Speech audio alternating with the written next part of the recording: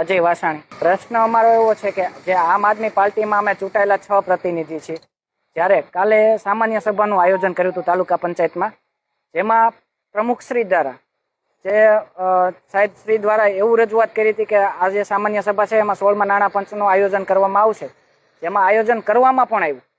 છતાં અમે 6 જે તાલુકા પંચાયતના સદસ્યો છે અને બાકાત કરીને જે બાકીના ભાજપના જે તમામ સદસ્યો છે એને ગ્રાન્ટ ફાળવવામાં આવી 16મા નાણાં પંચમાંથી. અને અમે પૂછવા જતા આમ તેમ કચેરીઓમાં ધક્કા ખવડાવે છે અને પ્રમુખશ્રીના પ્રતિનિધિ પતિદેવને પૂછવા એમ કહેવામાં આવે છે કે જે કામ આવશે એ અમે આપશું.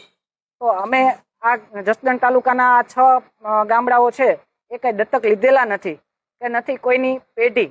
તો અમે એવું કહેવા માંગીએ છીએ કે જે 16મા નાણાં પંચમાંથી જે ગ્રાન્ટ આવે સરકાર રાજ્ય સરકારશ્રીના નિયમ પ્રમાણે જે જસદણ તાલુકાના તમામ જે સદસ્યો ચૂંટાયેલા છે એને સરખી રીતે ગ્રાન્ટ આપે અને ગ્રાન્ટ